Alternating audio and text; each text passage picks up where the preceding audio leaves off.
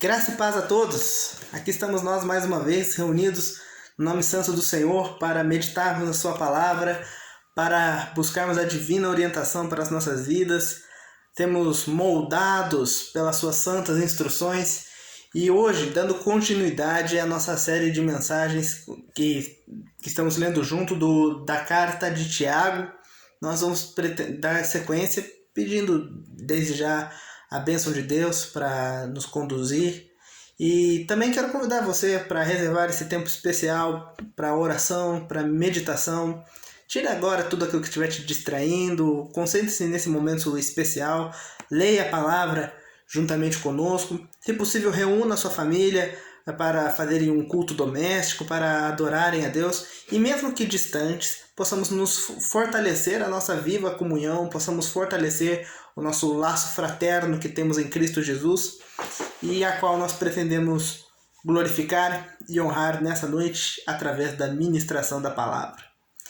Bendito Deus, amado Pai, te louvamos e te agradecemos por mais esta oportunidade que Tu nos dá, ó Pai, de buscarmos a Tua orientação, de buscarmos a Tua vontade, de aprendermos mais do Senhor. Pedimos, diante da Tua palavra, nos reverenciamos, ó Pai, humildemente, nós nos prostramos, ó Pai, para ouvir de Ti o Teu ensinamento, pedir que o Teu Santo Espírito fale aos nossos corações, nos conduza ao Teu entendimento, Pai, nos molde segundo o Teu bem-querer, que essa mensagem opere, ó Pai, nas nossas vidas, fale, ó Pai, aos nossos corações e que sejamos obedientes, ó Pai, para Te ouvir e nos moldarmos, ó Pai, segundo a Tua orientação. Fala aos nossos corações, abençoe a vida de cada um que está me assistindo nesse momento, que o Senhor também os agracie com a compreensão e que essa palavra seja edificante na vida de todos. É o que eu te peço, em nome de Jesus. Amém. Amém, queridos? Vamos então para a palavra. Tiago, capítulo 3, do verso 13 até o capítulo 4, verso 10. Tiago, capítulo 3, verso 13 até o 4, verso 10. Amém? Diz assim a palavra de Deus: Quem entre vós é sábio e inteligente? Mostrem mansidão de sabedoria, mediante condigno proceder de suas obras. Se, pelo contrário, tendes em vosso coração inveja amargurada e sentimento faccioso, nem vos glorieis disso, nem mintais contra a verdade. Esta não é a sabedoria que desce lá do alto, antes é terrena, animal e demoníaca. Pois onde há inveja e sentimentos facciosos, aí há confusão e toda espécie de coisa ruim. A sabedoria, porém, lá do alto, é primeiramente pura, depois pacífica, indulgente, tratável, plena de misericórdia e de bons frutos, imparcial, sem fingimento. Ora, é em paz que se semeia o fruto da justiça para os que promovem a paz. De onde procedem as guerras e contendas que há entre vós? De onde, senão dos prazeres que militam na vossa carne? Cobiçais e nada tendes, matais e invejais e nada podeis obter. Viveis a lutar e a fazer guerras, nada tendes porque não pedis. Pedis e não recebeis porque pedis mal, para esbanjardes em vossos prazeres. Infiéis, não compreendeis que a amizade do mundo é inimiga de Deus? Aquele, pois, que quiser ser amigo do mundo, constitui-se inimigo de Deus. Ou supondes que em vão afirma a Escritura: é com ciúme que por nós anseia o Espírito Santo, que ele fez habitar em nós. Antes, ele dá maior graça pelo que diz: Deus resiste aos soberbos, mas dá graça aos humildes. Sujeitai-vos, portanto, a Deus, mas resisti ao diabo, e ele fugirá de vós. Chegai-vos a Deus, e ele se chegará a vós outros. Purificai as mãos, pecadores, e vós que sois de ânimo dobre, limpai o coração. Afligi-vos, lamentai e chorai. Converta-se o vosso riso em pranto e a vossa alegria em tristeza. Humilhai-vos na presença do Senhor e Ele vos exaltará. Amém. Louvado seja Deus por essa palavra. E eu gostaria de começar com um questionamento para vocês pensarem um pouco agora nesse momento. Como que nós reconhecemos sabedoria nas pessoas?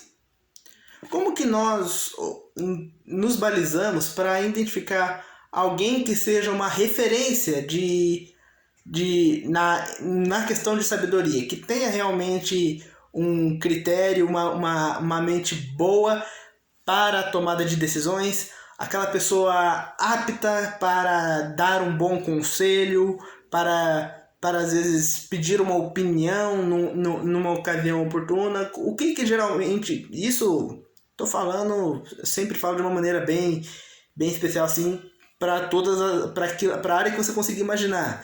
Você pode estar pensando às vezes aí numa complicação amorosa e aquela pessoa às vezes que te ajuda numa tomada de decisão, uma pessoa no seu trabalho que às vezes que conhece o trabalho melhor ali e que pode te ajudar como melhorar o seu rendimento, como você fazer um serviço que tenha mais destaque. Você pode entender isso para outras decisões da vida, às vezes se você vai comprar uma casa, onde você vai comprar essa casa, alguém que possa realmente ajudar isso. Como que você identifica sabedoria nas pessoas? A resposta que muitos podem dar, né, e geralmente é talvez a mais tangível, assim, aquela que fica mais fácil da gente, né, seja com base em experiência, né? Geralmente a gente identifica a sabedoria com base em experiência. Bom, igual vou usar o exemplo anterior. Quero comprar uma casa, então o que eu vou fazer? Vou pedir opinião para quem já está há mais de 20 anos investindo em casa, comprando e vendendo imóveis, que conheça a região, saiba áreas de maior valorização. Ou tô com um problema na minha vida espiritual, né? Tô com um problema no meu relacionamento com Deus. O que eu vou fazer? Vou procurar alguém mais experiente, vou procurar algum irmão da igreja que tenha uma vivência melhor, que tenha uma jornada de piedade de mais tempo de conversão, talvez, mais tempo de igreja. Tô com um problema amoroso, vou buscar alguém que tenha um casamento consolidado, que tenha um ótimo relacionamento com sua esposa, alguém que aparentemente soube escolher bem. Então a gente se pauta bastante pela experiência para definir quem que é sábio. Porém, o que de repente eu percebo com essa reflexão? Que nem sempre tempo é sinônimo de boa experiência, né? Nem sempre o tempo produz os mesmos efeitos nas pessoas. Às vezes pessoas que viveram exatamente a mesma situação, passaram o mesmo tempo juntos, têm mentalidades e percepções completamente diferentes. Às vezes uma pessoa pode estar há anos num serviço, sabe? Tá mais tempo às vezes do que o estagiário, mas está ali e está fazendo um serviço errado. E às vezes vai ainda passar uma instrução errada para o estagiário. Ou seja, o que eu quero dizer é que nem sempre o tempo é sinônimo perfeito de sabedoria, de boa experiência. E por que eu estou falando isso? Porque Tiago está falando para nós aqui que na questão de sabedoria é necessário tomar cuidado, porque existem diferentes tipos de sabedoria. Então, se eu perguntei para você, como você identifica alguém sábio? Como você identifica alguém que pode ser modelo para você? Alguém que você pode querer seguir os passos daquela pessoa? Não é somente o fator tempo, mas o fator conduta é quem realmente dita as coisas. O tempo que você vive é importante, mas como você vive esse tempo é mais importante ainda para definir se você vai tirar um bom proveito daquela situação ou se você vai deixar passar o melhor daquela situação e continuar ignorante em certos assuntos. É disso que que eu quero falar, porque é exatamente, percebam, é a chamada que Tiago fez. Quem entre vós é sábio e inteligente? Quem entre vós é sábio e inteligente? Mostre em mansidão de sabedoria, mediante condigno proceder de suas obras.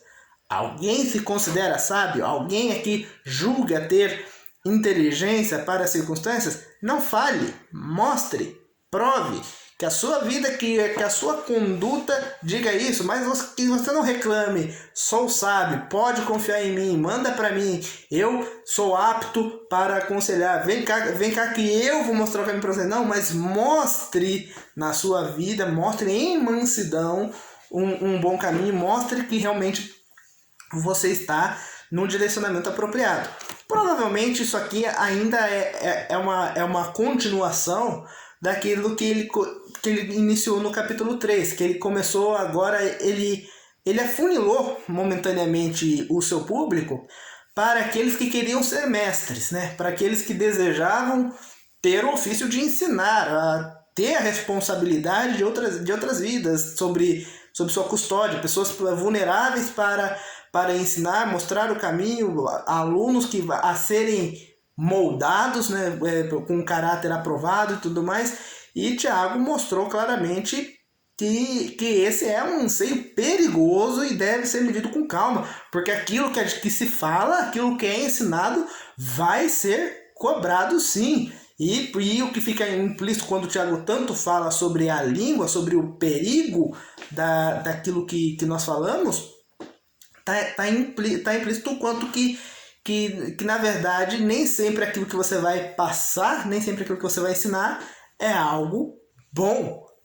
E é por isso que agora ele continuando falando, se alguém quer realmente mostrar sabedoria, né, se alguém quer estar na condição de mestre, vai ter que mostrar com a vida. Não é pela palavra, mas a vida vai mostrar realmente essa aptidão, a vida vai mostrar se você pode ensinar os outros, pode ser modelo para os outros ou não. É claro que isso se aplica em todas as áreas, mas tenhamos em foco aqui a vida espiritual, né, que é o mais importante.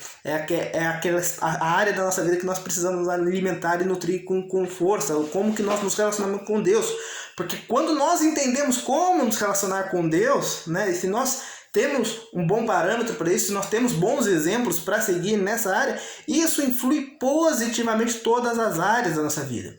Quando você entende o seu relacionamento com Deus, automaticamente você melhora como marido, você melhora como profissional, você melhora como pai, você tem sonhos a realizar junto com as pessoas da sua volta, mais apropriados, mais coniventes, você pensa melhor no ambiente ao seu redor. Então, tudo isso existe, são consequências naturais daqueles que realmente têm maturidade espiritual. Por isso que é importante buscar essa sabedoria, e é disso que nós vamos falar.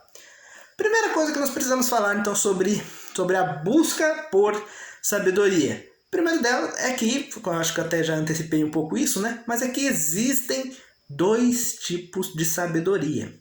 Então, se você vai buscar por sabedoria, então entenda que não é todo lugar que venda o título, que fale, aqui tem conhecimento, aqui tem experiência, aqui tem tantos anos de carreira, aqui tem obras concretas. Nem todo lugar que mostre frutos necessariamente vão ser frutos bons, vão ser coisas boas, porque existem tipos diferentes, e Tiago fala claramente disso. Se pelo contrário, tendo em vosso coração inveja amargurada, sentimento faccioso, né? Se você tem ciúme, se você olha para os outros e quer o que os outros têm, e se você é daquele que causa divisões, né? Não vos gloriei disso, nem minta contra a verdade. Ou seja, não se engane. Se você está em um coração invejoso e faccioso, ou seja, se você quer... Se você é uma pessoa insatisfeita e que ainda causa divisões, não se engane. Não minta para si próprio. Você não está apto para a área do ensino. Você não está apto para motivar outras pessoas se a sua vida ainda está baseada nisso. Mas olha, esta não é a sabedoria que desce lá do alto. Antes é terrena, animal e demoníaca. Pois onde há inveja e sentimento faccioso, aí há confusão e toda espécie de coisas ruins. Por que eu estou falando isso? Porque você ser uma pessoa invejosa ou facciosa, sabe, que causa divisões, que provoca brigas, que instiga contenda, nos seus grupos, aos olhos do mundo não é necessariamente algo ruim. Aos olhos do mundo, você pode tão somente ser uma pessoa ambiciosa. E olha como mudou. De invejosa, não, você não é uma pessoa invejosa, você é uma pessoa ambiciosa. Você é uma pessoa que quer coisas altas. Você tá vendo além do seu tempo, você quer um lugar melhor. E isso para o mundo soa como sabedoria. Uma pessoa que é ambiciosa e que vai atrás e que não faz questão de atropelar os outros para chegar aonde quer, pode ser vista como um modelo, uma referência, sabe, de alguém que chegou lá.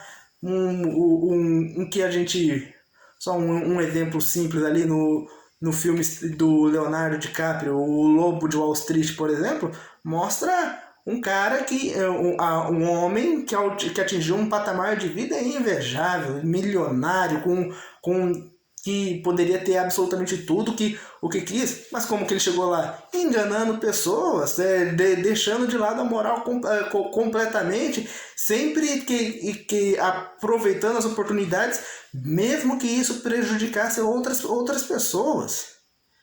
Enquanto que, por exemplo, em um outro filme que poderíamos ser citado, A Procura da Felicidade, do Will Smith, mostra alguém que atingiu o sucesso perseverando num caminho correto, num trabalho honesto, né? E que não se deixou levar pela tentação do caminho mais fácil, né? Não se deixou levar pela tentação de fazer de prejudicar outras pessoas. Então, vejam como que e isso também pode ser visto como sabedoria para algumas pessoas. Para o mundo existem diversos parâmetros de modelos a serem seguidos, e geralmente são modelos que não estão preocupados com a sabedoria do alto, que não estão preocupados com a virtude, não estão preocupados com a vontade de Deus, mas como diz a própria palavra de Tiago aqui. Antes, a sabedoria do mundo, ela é terrena, animal, demoníaca. Porque se a pessoa é invejosa, se ela é divisível, se ela é tão ambiciosa, gananciosa, para falar a verdade, então daí a probabilidade dela cometer uma série de outras infrações e erros é gigantesca. Então, aí a gente começa a avaliar qual é o perfil da pessoa que nós estamos seguindo. Aquelas pessoas que nós temos por modelo, parâmetro para nossas vidas, os gigantes que nós nos espelhamos para escrever a nossa história, para tentar seguir o caminho correto, como é a vida deles, como é o coração deles, como é a virtude naquilo que eles estão fazendo e como é a sua vida. Porque às vezes você nem se dá conta disso, mas às vezes você é modelo para outras pessoas. Você é o exemplo de alguém. E aí?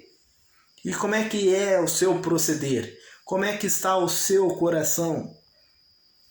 Mas agora ele vai contrastar de uma forma arrebatadora como que é a sabedoria do alto, aquela que não é da terra, aquela que não é diferente da que o mundo pode oferecer.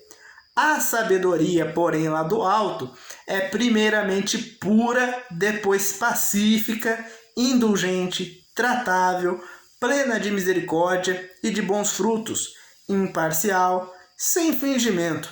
Ora, é em paz que se semeia o fruto da justiça para os que promovem a paz.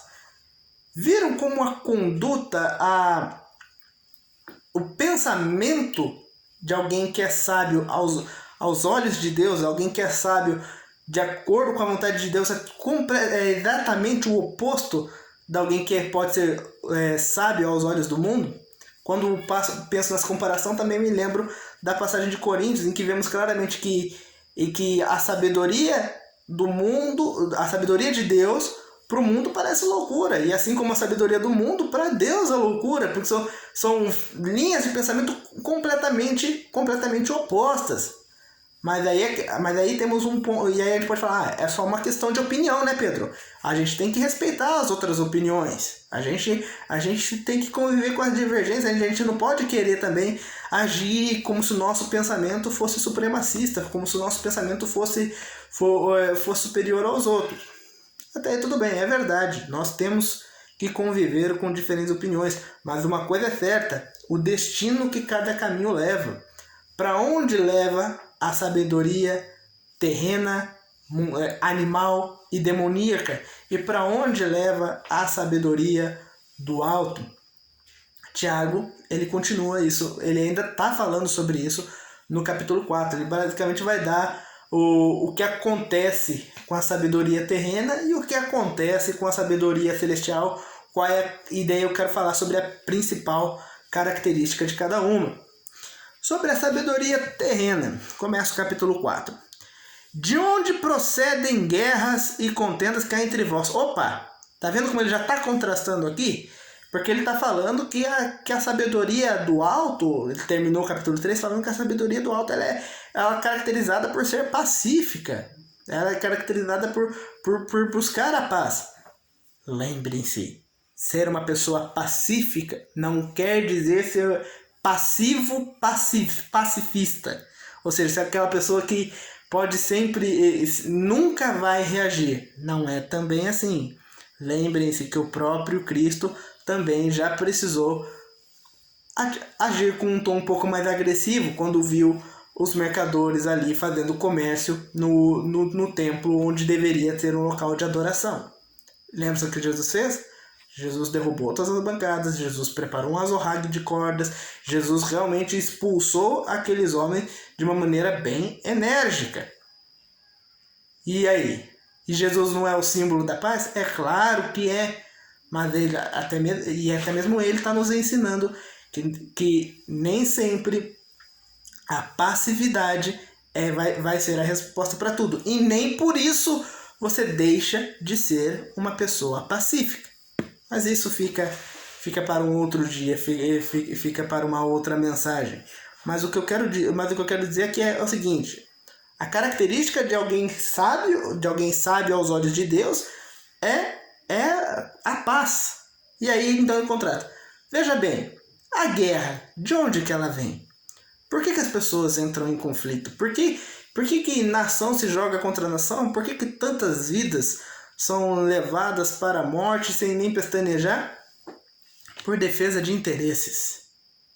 É sempre interesses, é sempre isso que está em jogo, é sempre quem tem um interesse maior e ganha quem tiver a maior ambição, ganha quem paga mais caro para defender o seu interesse.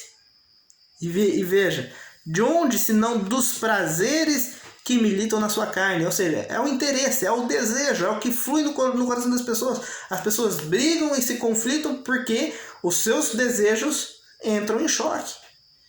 Porque a minha vontade eventualmente vai confrontar com a vontade de outra pessoa, que vai às vezes querer a mesma coisa que eu quero. E aí?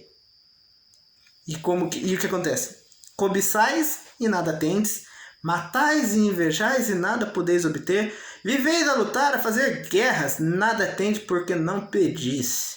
Pedis e não recebeis porque pedis mal, para esbanjardes em vossos prazeres.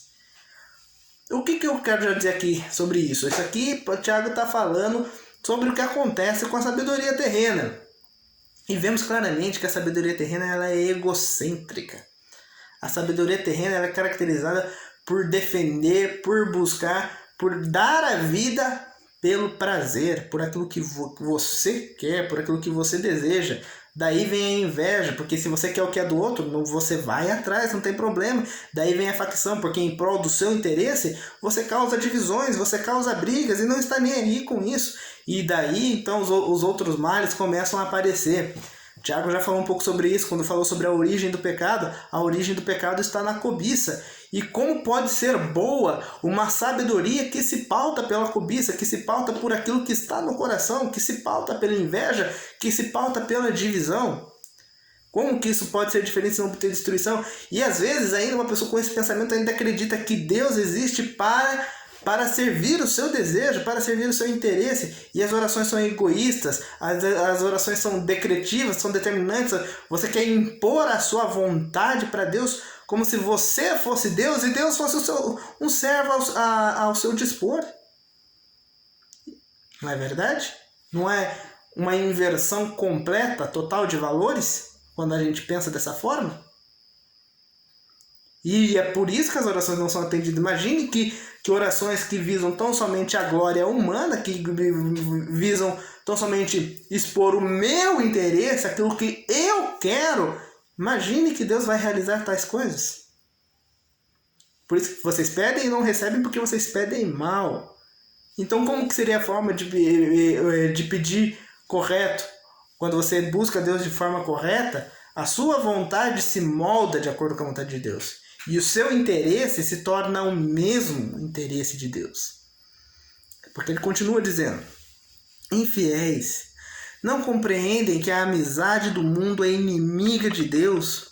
Aquele, pois, que quiser ser amigo do mundo, constitui-se inimigo de Deus. Ou supondes que em vão afirma a Escritura, é com ciúme que por nós anseia o Espírito que ele fez habitar em nós. Ou seja, se você quer realmente buscar a sabedoria que defende os interesses, defende a inveja, automaticamente você está se opondo a Deus. Querer defender a mesma ideia que o mundo defende é estar na contramão de Deus. Porque se o Espírito Santo habita em nós, nós agora somos propriedade dele. Nós agora devemos viver para Deus, não pelos nossos próprios interesses.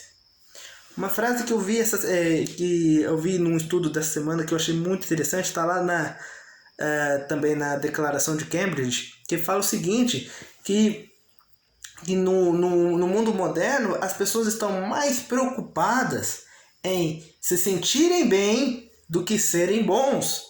Percebem a diferença?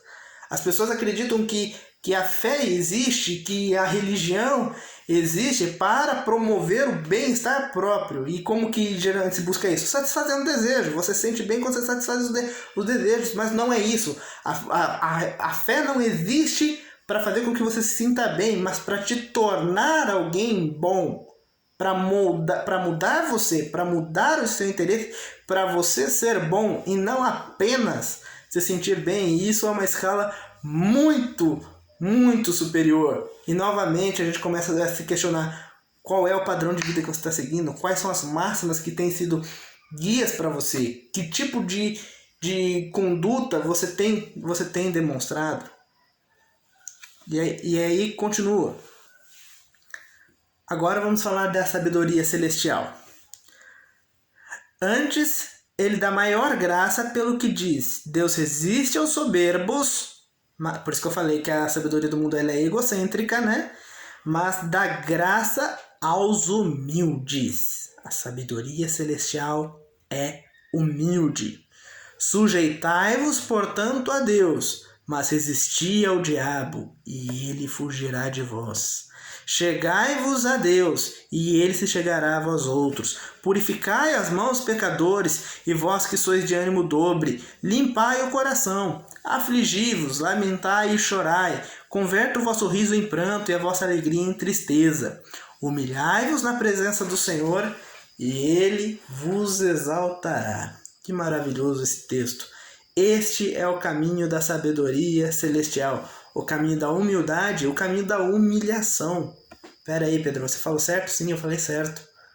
O caminho da sabedoria celestial é o caminho da humilhação. É o caminho que não exalta nossos interesses, pelo contrário, nos rebaixa e nos massacra e nos mostra exatamente onde nós deveríamos estar. Que é se sujeitar, é você baixar a cabeça para Deus, é você reconhecer que existe algo muito mais importante do que a sua ambição. Que existe algo muito maior e muito mais valioso do que o seu ego, do que a sua vaidade, do que aquilo que você tanto busca, mas na verdade é um desejo egoísta. É um desejo individualista. você se sujeita a Deus.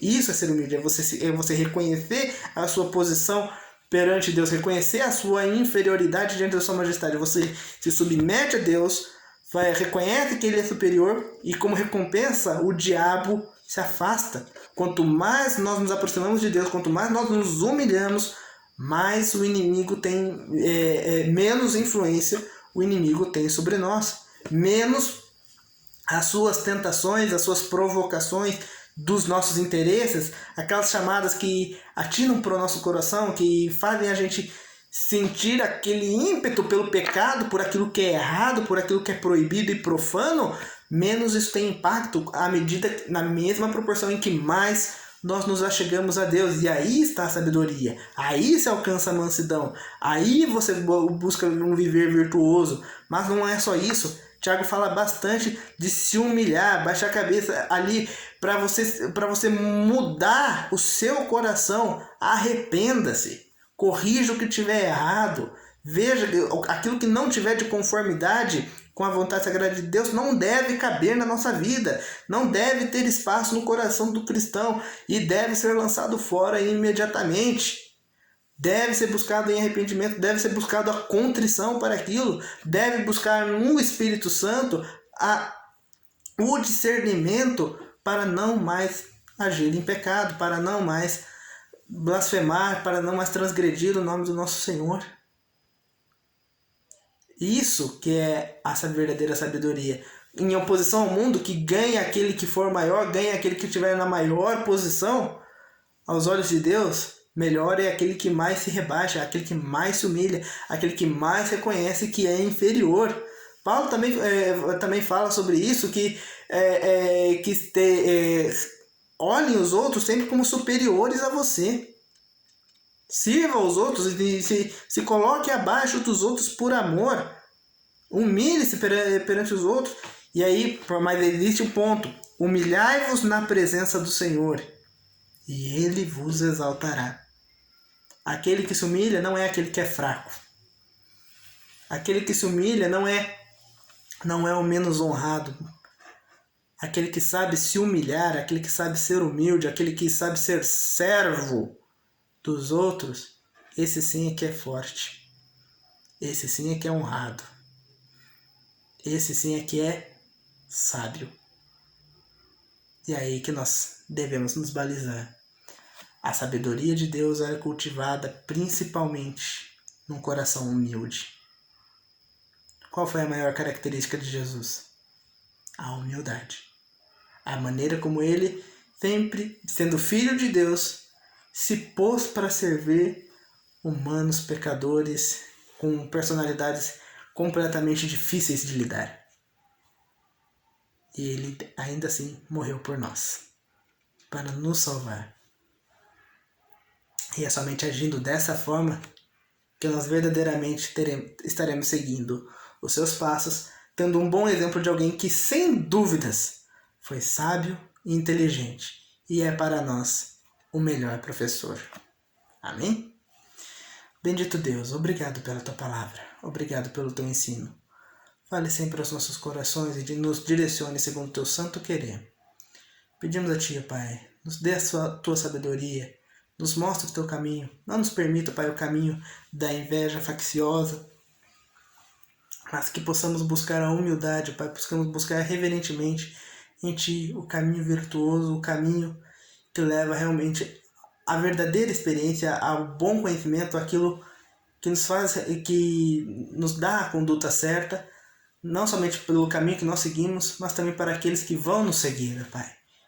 Por isso nós te louvamos e te pedimos para que nos abençoe e nos dê sabedoria. Em nome de Jesus. Amém. Amém, queridos. Obrigado pela atenção de vocês. Convido vocês para curtirem a página da Igreja Presbiteriana de Ivaiporã, assim você vai ficar por dentro de todos os trabalhos, todas as mensagens que nós ministramos.